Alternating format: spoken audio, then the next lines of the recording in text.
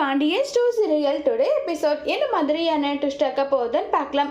சக்திவேல் வந்து அவங்களுடைய ஒய்ஃப் கிட்டேயும் அன்னிக்கிட்டேயும் சொல்கிறாங்க, என்ன ஆனாலும் சரி பொங்க பானை நம்மளது தான் முதல்ல வரணும், ஏன் இதில் கூட அப்படி போட்டி போடணுமா? ஆமாம், நான் எல்லா விஷயத்துலையுமே தான் போட்டி போடுவேன், நீங்கள் வந்து இதை பண்ணியே ஆகணும்னு சொல்லிட்டெல்லாம் பேசிகிட்டு இருக்காங்க. உடனே மயிலோட அம்மா மயில காதில் போயிட்டு, இங்கே பாரு மயில, நீ தான் என்ன பண்ணுவேன்னு தெரியாது, பொங்கல் பானை நீ தான் முதல்ல வந்து பண்ணணுன்றாங்க.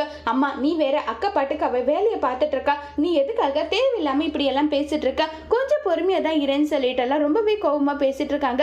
சரிடி நீங்க இவ்வளவு பேசுறீங்க, அதுக்கப்புறம் இருக்குன்னு சொல்லிட்டு பாக்கியம் வந்து கோவமா அங்க இருந்து கிளம்பி போறாங்க. மீனாவதும் செந்திலதும் முதல்ல வந்து பானை வந்து பொங்கி வருது ரொம்பவே சந்தோஷமா வந்து எல்லாருமே அந்த பொங்கல் செலிப்ரேஷனை பண்ணிக்கிட்டு இருக்காங்க.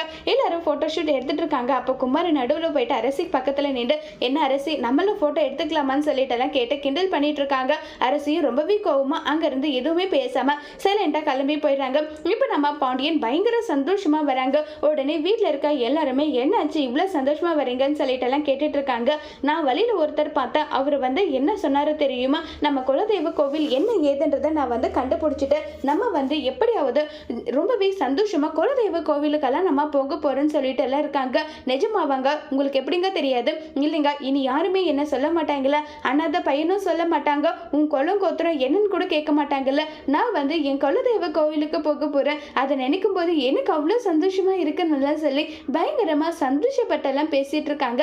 இதை பார்த்ததுமே வந்து கோமதியில இருந்து வீட்டில் இருக்க எல்லாருமே ரொம்பவே சந்தோஷமா இருக்காங்க. இன்னொரு பக்கம் வந்து பேசிக்கிட்டு இருக்காங்க. சக்திவேல் வந்து, என்னடா உன்னுடைய பிளான் இப்ப என்ன நிலைமையில இருக்குன்றாங்க.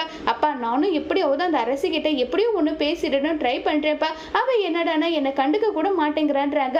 இங்க பாருடா, என்ன பண்ணவ ஏது பண்ணவன்னு தெரியாது, அந்த பாண்டியன் குடும்பத்தோட மக இந்த வீட்டுக்கு மருமகளா வரணும், அவளை நம்ம பழி வாங்கணும், அதுக்கு உன்னால ஆன முயற்சி நீ என்னன்றத பண்ணிக்கிட்டே இருக்கணும், புரியுதா? உன் முயற்சியை கைவிடக்கூடாது, அந்த அரசியை உன் கைக்குள்ள போட்டுக்கணும் நல்லா சொல்லி பேசிட்டு இருக்காங்க.